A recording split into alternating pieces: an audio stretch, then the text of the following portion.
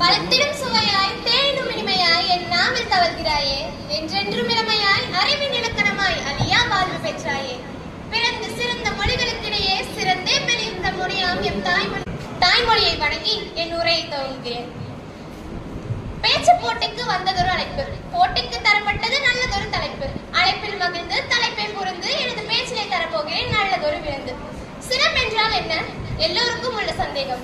வேதாத்ரி மகிழ்ச்சி அவர்கள் அழகாக கூறுகிறார், சீரமைக்கப்படாத ஆசை நிறைவேறாத பொழுது தடையளவு வந்து தடையும் தாண்டி உள்ளாற்றலும் உடலாற்றலும் சேர்ந்து செயல்படும் பொழுது செலவாகின்ற ஜீவகாந்த சக்தியின் செலவின் பெயரே சினம் என்கிறார்.